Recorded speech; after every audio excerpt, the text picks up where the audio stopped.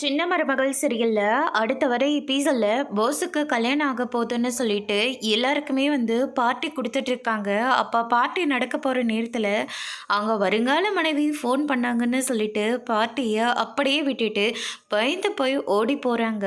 அதுக்கு அடுத்ததாக வந்து பார்த்திங்கன்னா நம்ம சேதுபதி இருந்துட்டு நேராக வீட்டுக்கு வந்து தனத்துக்கிட்ட இங்கே பாரு என்ன நடக்குதுன்னு தெரியுமா, மேலே எல்லாருக்கும் போஸ் அண்ணன் வந்து பார்ட்டி கொடுத்துட்ருக்காங்க.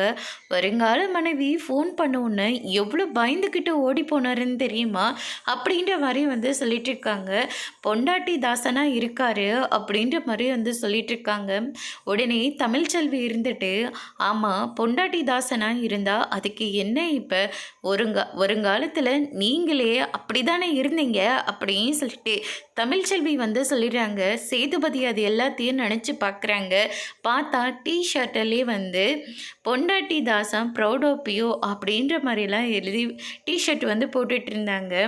இதை கேட்டோன்னே தமிழ்ச்செல்வியும் ரொம்பவே சந்தோஷப்படுறாங்க. அது எல்லாத்தையும் நினச்சி பார்த்தோன்னே சேதுபதிக்கு என்ன பேசுறதுனே தெரியல, அமைதியாகவே இருக்காங்க. அதோட இன்னைக்கான பிரம்ம முடிச்சிருக்காங்க. இனி சின்ன மருமகள் சீரியல்ல அடுத்தடுத்து என்னெல்லாம் நடக்க போகுதுன்றதை வெயிட் பண்ணி பார்க்கலாம். தேங்க்யூ.